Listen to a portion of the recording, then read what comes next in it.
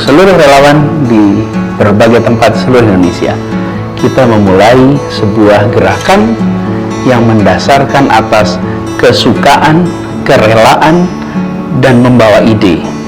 Ini sesuatu yang baru dalam politik di Indonesia, dan Anda memilih turun tangan, Anda memilih menjadi bagian dari politik yang dijalankan secara terhormat dan bersih. Ini adalah pilihan bersejarah. Saya selalu mengatakan kenapa bersejarah, karena suatu saat nanti kita akan bisa berkata bahwa di saat Indonesia penuh dengan masalah, di saat politik penuh dengan uang, saya adalah bagian dari proses politik yang bersih, yang tak bisa dirupiahkan, tak bisa diturunkan nilainya. Ini adalah harga diri kita, dan itu kita jaga.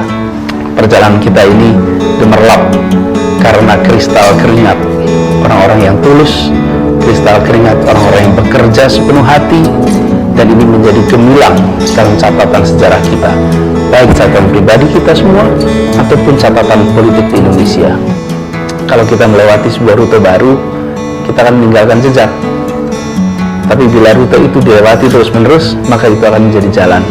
Karena itu kita berbesar apa yang kita lakukan, kita dorong orang-orang baik untuk masuk ke politik, dan insya Allah dengan begitu politik kita akan jauh lebih baik, dan kita bisa menengok ke arena politik dengan penuh rasa hormat. Teman-teman semua, Anda, kita semua menjadi bagian dari yang menjaga kehormatan di Indonesia. Mari kita jaga kehormatan ini, mari kita teruskan, dan insya Allah dalam waktu dekat kita ketemu lagi. Masa jabatan Anies Baswedan sebagai Gubernur DKI Jakarta akan berakhir pada 16 Oktober 2022. Untuk mengisi kekosongan jabatan menjelang Pilkada serentak 2024, akan ditunjuk penjabat yang diusulkan Kemendagri kepada Presiden. Salah satu nama yang digadang-gadang yaitu Kepala Sekretariat Presiden, Heru Budi Santoso. Berarti berkenan dan siap, Pak?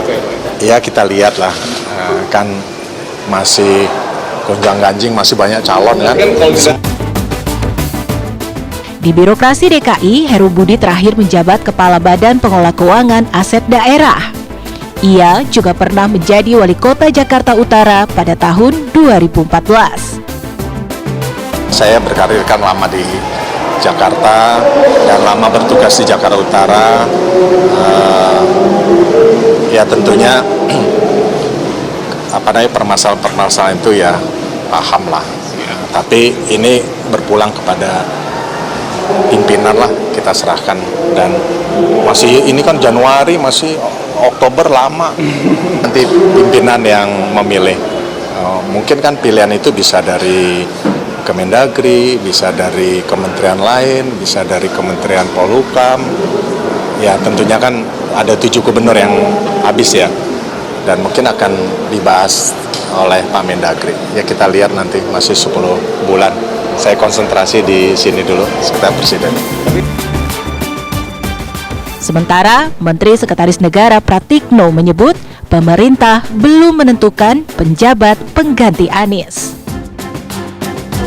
Belum ada. Belum ada. Betul, tapi kan isunya kan mencuat dari kapabilitas, dari pengalaman. Ya nanti itu kan PJ kan banyak di daerah lain juga banyak, tapi belum ada sama sekali. Nanti prosesnya kan juga lewat Kemendagri ya.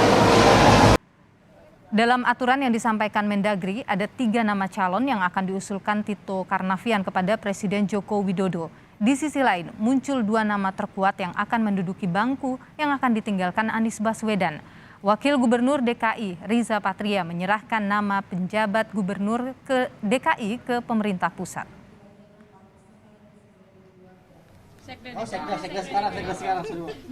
Ya pokoknya semua kita serahkan kepada pemerintah pusat yang terbaik ya.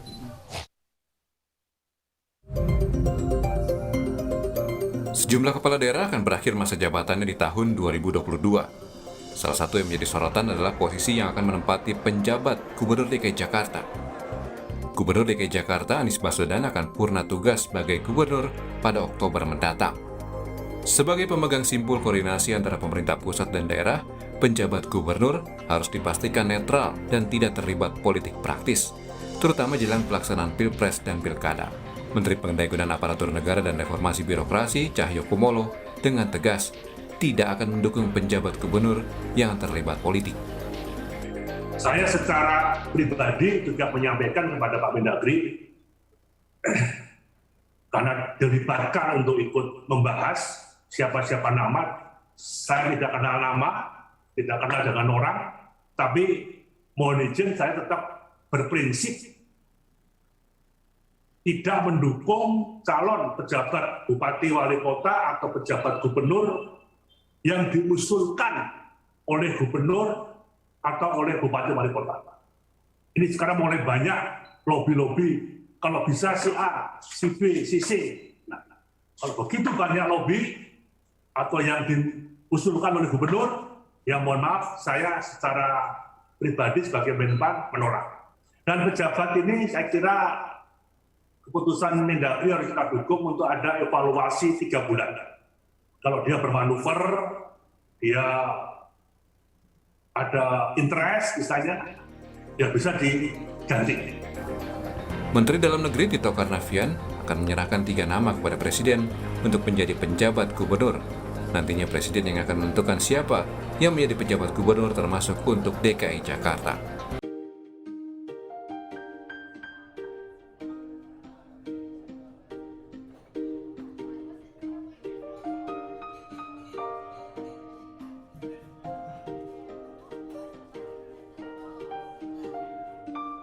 Kita sudah mulai mendapatkan nama-nama untuk 3 nama diajukan kepada Bapak Presiden. Sama yang nanti bulan Oktober, ya sebulan sebelumnya lah, September kita nanti akan sudah dapat nama kita ajukan kepada Bapak Presiden. Kriteria yang paling nomor 1 dia harus undang-undang menyampaikan pejabat pimpinan tinggi media. Jadi yang penting dia eselon 1 pejabat tinggi media. Ya ada 16 kalau salah jenis jabatan itu. Sekarang kita masih dalam tahap menerima masukan. Yang paling utama ada masalah nggak dia di profiling nanti, apakah potensi ada kasus misalnya dan sampai dipilih atau terus ada masalah. Anies Baswedan, tetapi saat ini sudah ada beberapa nama yang tengah disebut-sebut, ramai disebut dan digadang-gadang menjadi orang nomor 1 di DKI Jakarta selanjutnya. Di antaranya adalah Kepala Sekretariat Presiden, yakni Heru Budi Hartono, lalu Sekda DKI Marullah Matali, dan yang ketiga Deputi Kantor Staf Kepresidenan Juri Ardiantoro. Kansnya cukup besar untuk ketiganya karena memang merupakan pejabat eselon 1. Sebelumnya, Wagub DKI Ahmad Riza Patria tidak berkomentar banyak dan menyerahkan kepada Presiden terkait siapa nantinya yang akan menggantikan Gubernur Anies. Siapa pengganti Gubernur DKI Jakarta Anies Baswedan nantinya akan menjabat sampai pilkada serentak, yakni akan diselenggarakan pada tahun 2024. Masa jabatannya adalah 1 tahun, nantinya akan bisa diganti dengan orang yang berbeda ataupun bisa dilanjutkan ketika akhir masa jabatan dengan orang yang sama. Tapi yang jelas nantinya setiap penjabat gubernur harus memberikan laporan pertanggungjawaban setiap 3 bulan sekali. Tentu kita akan nantikan, Nilu dan juga saudara, nanti siapa yang akan menjadi pengganti Gubernur DKI Jakarta Anies Baswedan yang akhir masa jabatannya adalah di bulan Oktober nanti.